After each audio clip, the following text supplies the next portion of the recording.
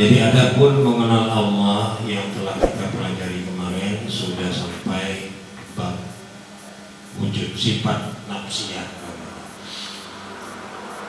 Jadi mengenal Allah melalui sifat 20 itu hanya jalan untuk mengenal Allah. Ingat. Jadi mengenal Allah itu kalau yang kita pelajari melalui sifat 20 itu cara yang diajarkan para ulama salaf. Ya, ulama salaf yaitu ulama terdahulu yang masih diakui Rasulullah. Karena Rasul katakan bahwa 3 abad 300 tahun setelah aku, kata Rasulullah. Ya.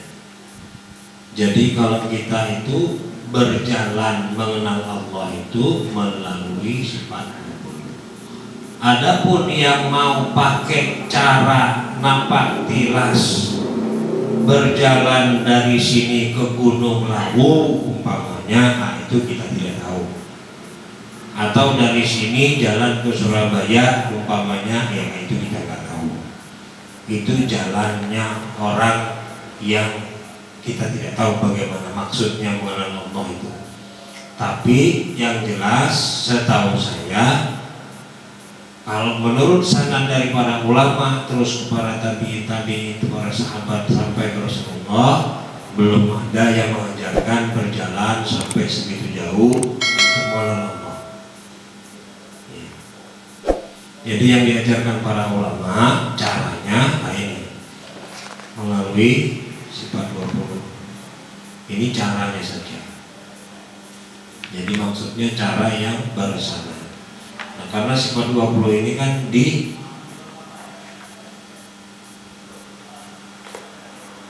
ditulis dan dikarang para ulama untuk memudahkan kita supaya bisa mengenal Allah. Tujuannya itu. Nah, dari sifat 20 ini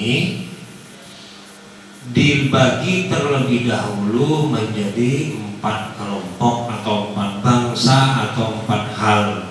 Jadi yang pertama itu tadi yang barusan kita pelajari kemarin, sifat nafsiyah. Sifat nafsiyah yaitu sifat yang menyatakan adanya diri zat yang berdiri dengan sendirinya yang tiada dikarenakan oleh suatu karena. Artinya dari pernyataan sifat nafsiyah itu, sifat nafsiyah itu ingin menunjukkan apa, Bang Rio?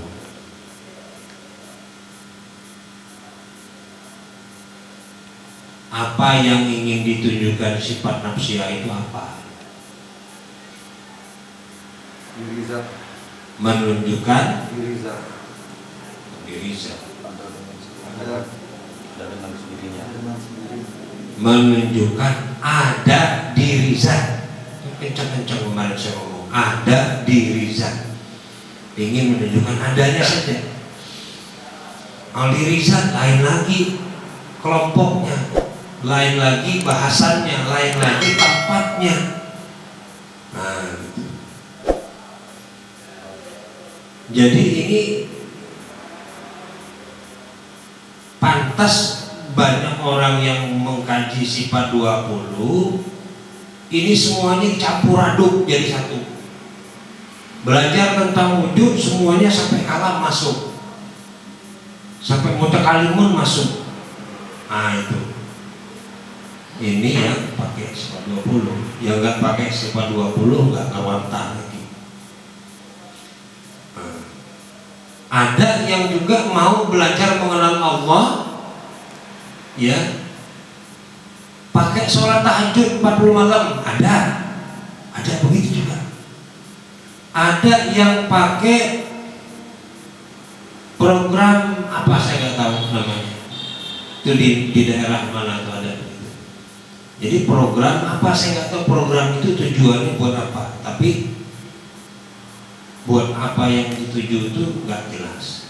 Jadi ini kita programnya jelas melalui petunjuk guru ulama para tabi'in, para sahabat, jelas.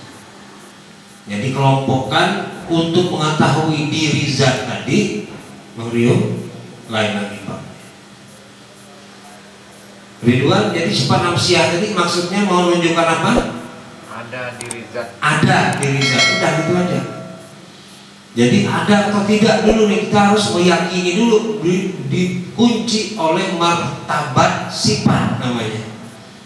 Jadi martabat sifat nafsiyah itu adalah Yakin ada di hati. martabat sifat nafsiyah adalah mewujud Wujud pada izin, tiada wujud pada khorik. ada pada hati dan tiada ada pada pandangan.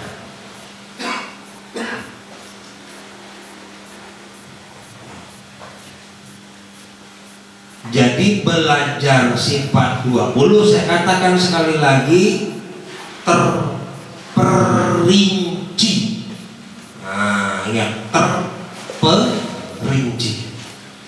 Jelas, jangan sampai selesai belajar sifat 20 kita dipaksa, didoktrin untuk meyakini adanya Allah. Kalau masih begitu, berarti yang menyampaikannya gagal.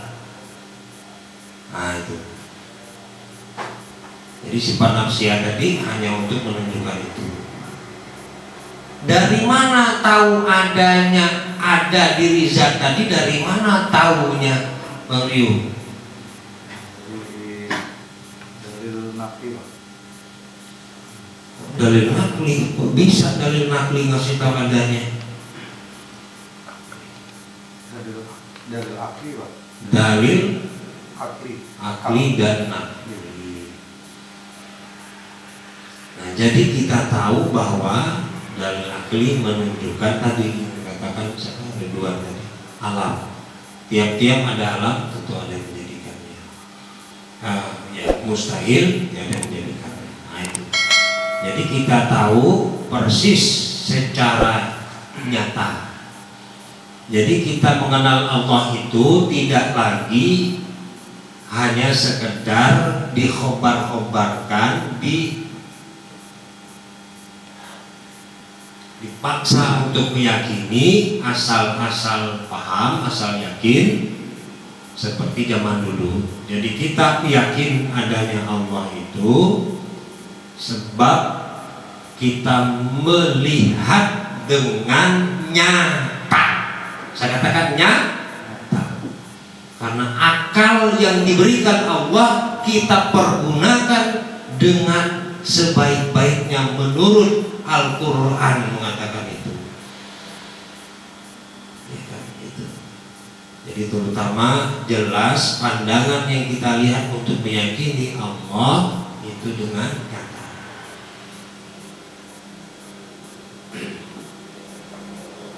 Jadi jangan takut-takut kita mengatakan Allah itu kita kenal dengan nyata. Allah menciptakan barang yang gaib dan barang yang nyata menurut hukum akal tadi kan. Ini saya belum masuk ke bab lain dulu. Hukum akal tadi kita dituntun untuk menganalisa bahwa wajib untuk menunjukkan wajib, mustahil, harus mana nyata. Jadi itu yang diciptakan oleh Allah itu artinya. Yang gaib dan yang nyata. Berarti yang menciptakannya lebih daripada itu. Kenapa masih takut kita katakan nyata? Kita mengenalnya maksudnya. Karena yang nyata itu diciptakan oleh Allah. Sebagai dalil, bukti, cara, bahan kita untuk mengenal Allah tadi. Karena kita orang awam, caranya seperti itu. Itu perbedaannya orang-orang yang baru awam seperti kita mengenal Allah. Alam ini buktinya ada Allah. Tapi kalau orang-orang yang sudah sampai, yang sudah makrifat kepada Allah, beda lagi. Adanya Allah, itu bedanya.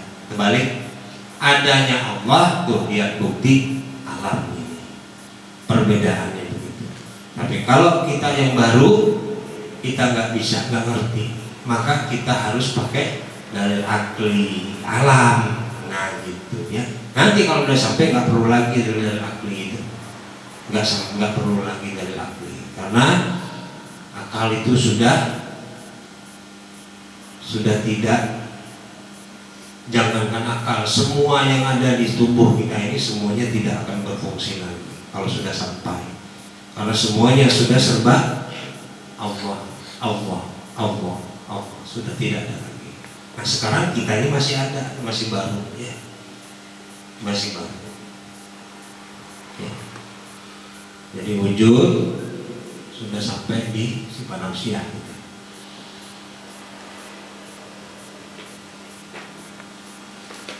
Jadi kalau udah belajar sifat wujud, kita ini sekarang berarti makhluk yang kedudukannya wajib ada atau tidak, Joni? Tidak wajib ada. Tidak wajib ada. Berarti ada di mana kedudukan kita ini? Kalau tidak wajib ada, berarti apa kedudukan kita?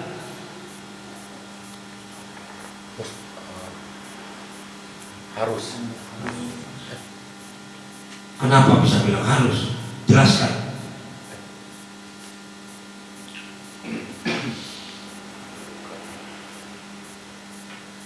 Karena yang diciptakan. Kenapa kok bisa harus? Alasannya apa? Karena kita bisa ada, kalau kita meninggal udah nggak ada, Pak. Bisa, boleh ada, boleh tidak, sah kata akal. Sah kata akal adanya dan tiadanya. Sekarang kita ada, nanti begitu meninggal kita tidak ada lagi. Sudah, tidak ada masalah. Jadi barang nyata ini, sifat barang nyata ini, kita, istri, anak, harta dan lain sebagainya, wajib ada atau tidak jadi pada diri kita sekarang di dunia ini. Sama, karena itu barang nyata. Jadi kenapa lagi kita mesti pusing? Ada istri, nggak ada istri, ada suami, nggak ada suami, kenapa mesti pusing? Ada harta, nggak ada harta, kenapa mesti pusing? Artinya di sifat wujud ini sudah ingin diajarkan kepada kita supaya jangan pusing lagi. Tahu kedudukan barang yang wajib, mustahil, harus. Hukum akal ini rasa-rasanya sudah cukup sangat ampuh untuk kita pahami sebagai petunjuk kepada diri kita supaya jangan terlalu pening mikirkan tentang hal-hal yang tidak penting. Ya betul nggak kira-kira?